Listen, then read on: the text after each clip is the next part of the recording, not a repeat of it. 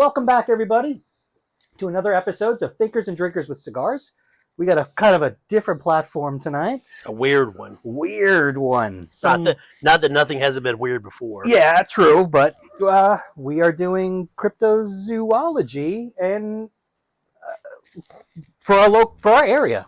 Yes. We got two cryptids. You guys don't know what that is? It's a, what would you say that is? Like a urban legends are the way that I would describe it best. You know, going all the way back to Bigfoot, Sasquatch, Yeti. Yep. You know, all the big ones. Now, you're a Squatcher. You like Sasquatch. I do. Is it coming from Ohio? Like, I don't know what the Ohioan Squatch scene is like. Ohio is more of the Bigfoot realm. You know, growing up, living out in the woods, out in Butler, Ohio. You know, there was always, you know, stories around of Bigfoot or Sasquatch or whatever, you know, say you, but especially growing up in the 70s. I don't know if you remember the movie that came out a long time ago. Harry and the Hendersons? Well, it was a little before that, but it was The Legend of Boggy Creek. I know the movie. I may or may not have watched it, but I don't remember anything about it. I remember watching that movie when I was a kid, and it to this day, I would not watch that movie at night by myself. Really? It's that scary? It really I'm going to have to put that on my list to watch. Yep. To watch. That Bigfoot, Sasquatch, all I know of it is just the blurry photos that are everywhere. Yeah, I think that was called what they called the Patterson film or something. I believe is the guy that actually caught that Bigfoot walking across the river. That that blurry photo. And there has been so many reports on that about, you know, a person can't, you know, the gait between their legs, the walking distance. A person couldn't replicate that in a suit back then. There's been so many things. How? There was basketball players then. They were tall. Yeah, there was, but I think it was just basically when you say, hey, a suit like that couldn't be made back then. There's so many things. So many things. I don't believe it because Muppet Studio was around and they could have made that. But the best one, I don't know if you remember this. Remember the $6 Million Man? Mm-hmm. Remember when they had the episode where he fought Bigfoot? No. Yes. There was an episode? There was an episode. The only thing I remember is the sound he made when he jumped. Yes. That no. Yeah. But there was an episode back then of it was a bionic Sasquatch. I mean, this is the 70s or 80s. It's great. But yeah, this episode is going to be based not on Bigfoot, but on local story. Yeah, we've got two local stories. We got the Dogman, and we've got the Lake Norman monster called Normie, which is just like Nessie from Loch Ness. And I did a little research on the Dogman, and there's been 5-ish sightings in North Carolina, and 5 counties. And I'm a little skeptical on a couple of the stories. Just a little? Yeah. Yeah. Just because one of them is from like a 9-year-old who like made up stories before, and he was the boy who cried wolf. Okay. And then when he actually saw it in his window, nobody believed him. But there was this one story that this gentleman, he worked at night, and the company was like in the woods down this road, and it was like ended the road. And he would go out, and there was always local wolves and badgers and beavers, and he would go and hang out there for a little bit. But this one night, he heard none of the nature. And he's like poking around, and he took a can of dog food. I don't know why he had a can of dog food, just out of pocket, I guess. And he was going to dump it, and he heard this kind of guttural growl.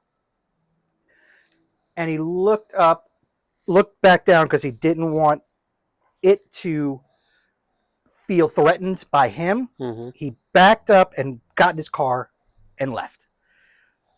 He drove for about a half hour, and his curiosity got to him, and he went back, and he wanted to know what he was looking at or try to figure out what he saw. Mm-hmm.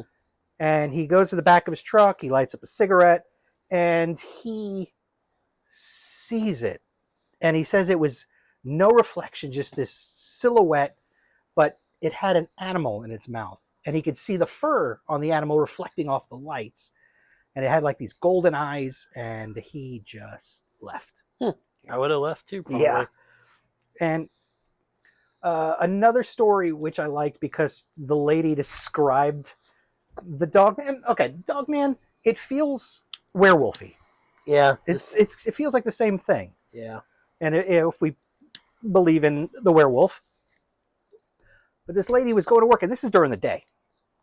And she is at this railroad crossing and looks over and sees this canine man thing, but she couldn't process what she was looking at, and she called it the deer dog because it was like the size of a deer or would tower over a deer. Calls her husband. He semi-believes her, and then a week later, they're coming back from her father's house from lunch or whatever, and they see it again. This one I feel kind of sketchy about because, like, why would it just be out during the day in a town? And she called it the mother effing dog bear matchup or creature. And I thought reading that story kind of made me giggle to hear how she was describing it. But what do you feel about this one? Yeah. I don't know. Kind of like the Bigfoot thing, it's, are your eyes playing tricks on you, or, are you really seeing what you see? I mean, that's kind of like the Lake Normie, kind of reading up about that. I mean, for all intents and purposes, a lot of people say it's a mutated, amphibian, such because of the energy plant, the power plant that's there, and the waste that's gotten into the lake and everything, and it's mutated this creature from the I believe Lake Normie was kind of man-made in 63, 67. Yeah, but that's what they're blaming it on, is all this kind of waste and stuff that is in the lake, which I doubtful on that, but most everybody describes it as a long, slender, dog-headed looking eel thing. Yeah. There's been sightings of people saying, when they were scuba diving or boating. There's a pretty good story about where one of the scuba divers was diving and he was attacked by it. He got away, but it got his flipper. It just took his flipper, I guess. But I couldn't find any pictures of the bit. No, with a flipper that had got the bite in it. Right. So there's that story. There's another one where there was a guy that claimed that he attacked his jet ski. Most everything for Normie is it chases boats or it chases jet skis. Maybe he just wants the toys. It could be. Yeah, I could picture him like on the jet ski, just hanging out, having a beer. A lot of it's been explained away as a rather large lake catfish. Yeah, with I guess like a dinosaur dog head.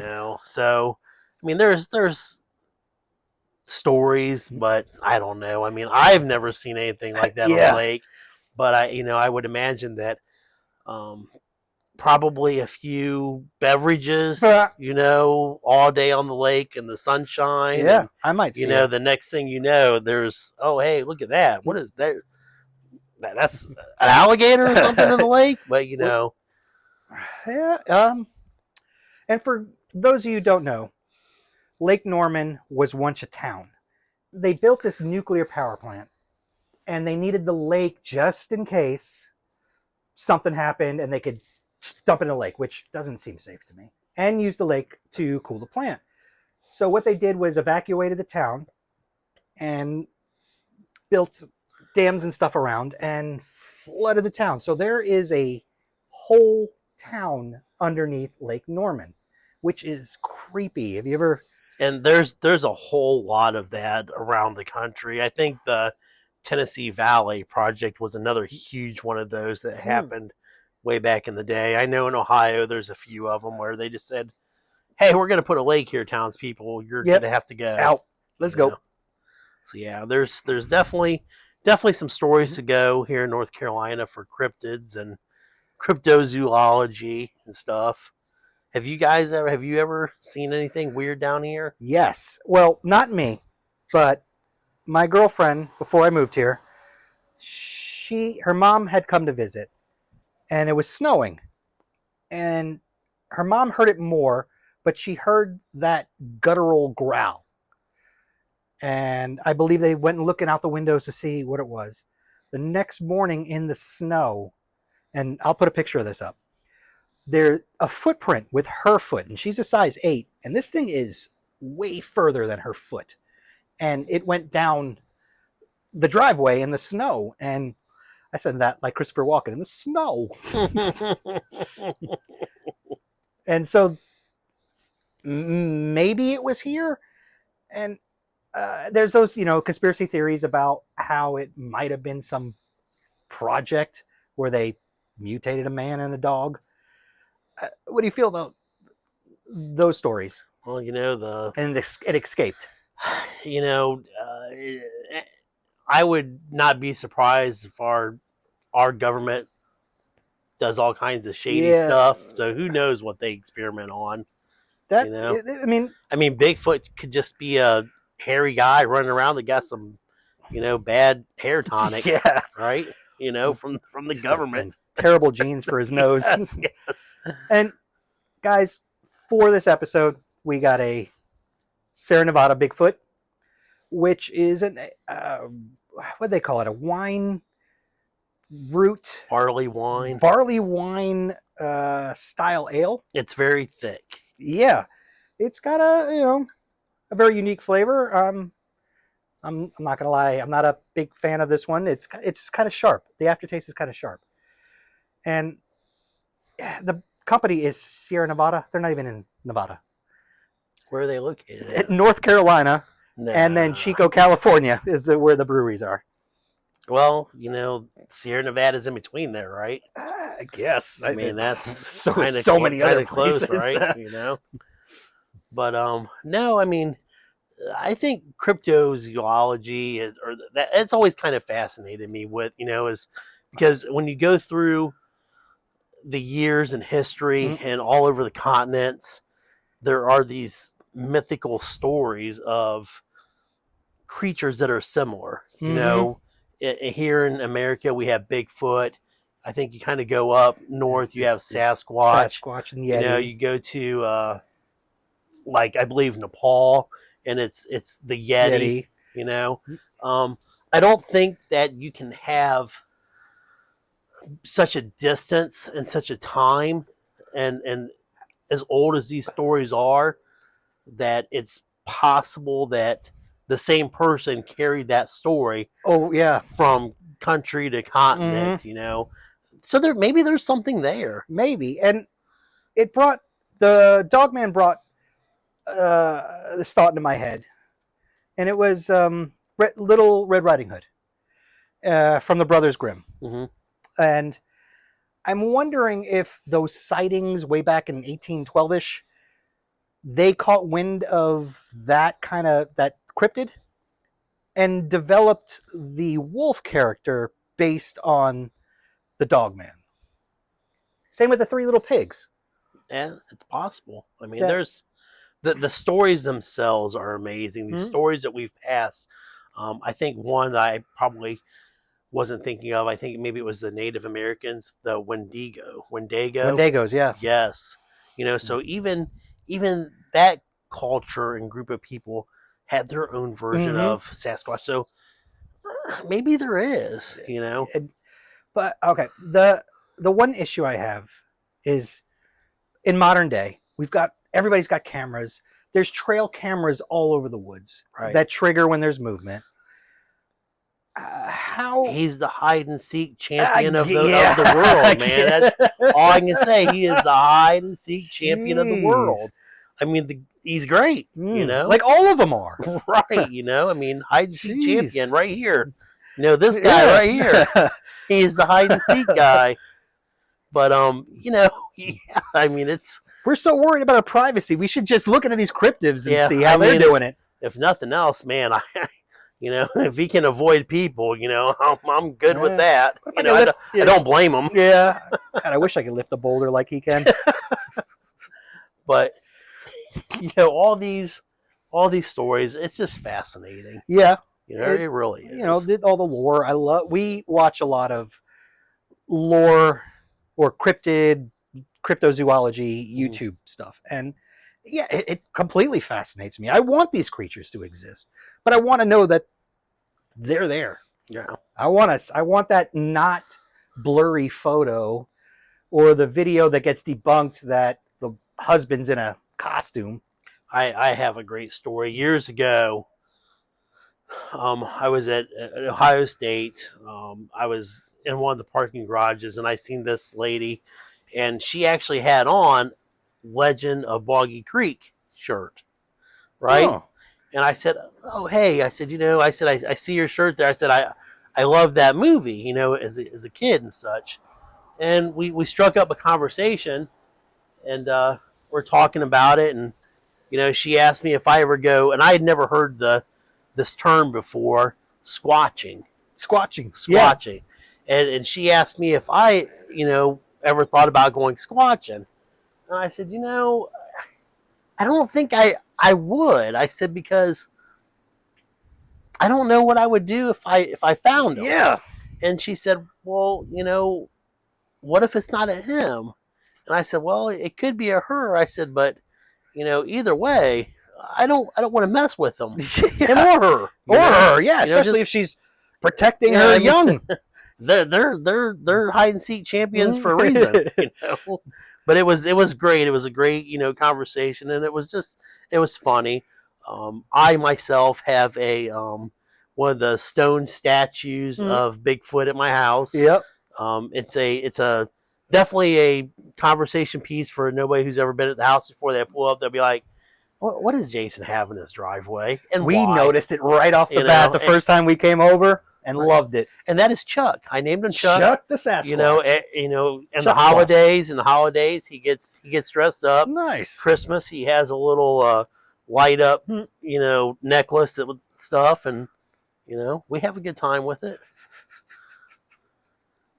But there are some that there are some others like that. I got the 3 foot one, but there are some of them that are like 7 or 8 feet tall. I know. And you guys do a lot of driving outings. Did you ever pass one of those chainsaw carving Yes. stores? Yes. God, they're beautiful. If there weren't hundreds of dollars, I would get a wooden squatch to put out in the house, just to mess with the neighbor. Yes. Yeah. But there is I do love the stories. I think it's something great that, and unfortunately, I think it's not getting passed to our generations, our younger generations now. The younger boys and girls, I don't think they are getting these stories that you and I grew up with. Yeah. You know, I mean, if you ask a younger kid nowadays about, you know, Bigfoot or something like that, or the Wolf Man, or they're like, what's that? You know, why? We also grew up in a culture where Cub Scouts, Boy Scouts, Boys Life magazine was still like, you went to the dentist, I'm sure there was a Boys Life magazine. And that was all featured outdoor stuff. It was 40 years old, but yeah. Yeah. Right next to the highlights book. I forgot about that. Yes. Yep. But yeah, the kids, I don't think the kids know that kind of stuff, you know, and the old scary movies like that, you know, I keep going back to the Legend of Boggy Creek. I'm telling you, you got to watch that movie. Yeah. Oh, you have got to watch that movie. That is going to be on my weekend list, you know, to watch. Because I love old movies. I love old scary movies. All the classic monster movies, they're close to my heart. So, I did try to get, there is actually a Bigfoot cigar. I was not successful in getting it in time for this episode. There's also a whole list of Bigfoot, Sasquatch bourbons out there.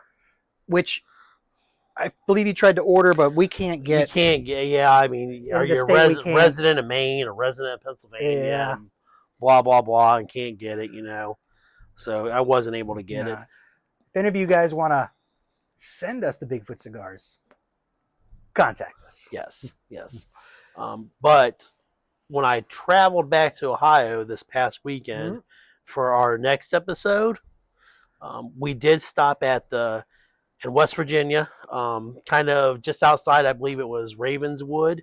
We did stop at the Hatfield whiskey bourbon. Great place, great experience.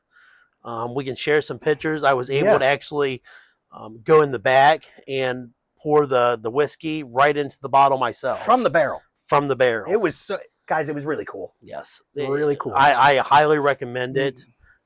Great place, great people, great service, beautiful landscape. My goodness, you drive up on the mountain, you can see for miles. Jeez. I highly recommend it. So we did get some samples. I did sample a little bit. I did not drink enough to not be able to drive. But I will say this. It is going to be very, very strong. Okay.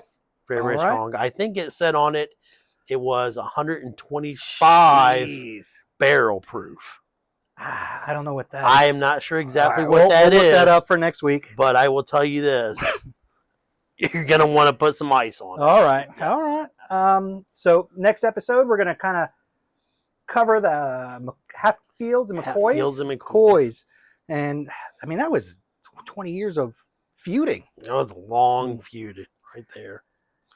And, guys, we had a bit of a big blowout on our TikTok this week. One of our videos almost hit 10,000 views, and thank you all for that. So next week we'll definitely go into the Hatfields and McCoys. And as always, in your introduction, I know there's something that you got to do. Yeah, I totally forgot to say like and subscribe. Button's right there, guys. Hit it. Show us some love. All right. Good night, everybody. Cheers. May your cryptids be in your rear view.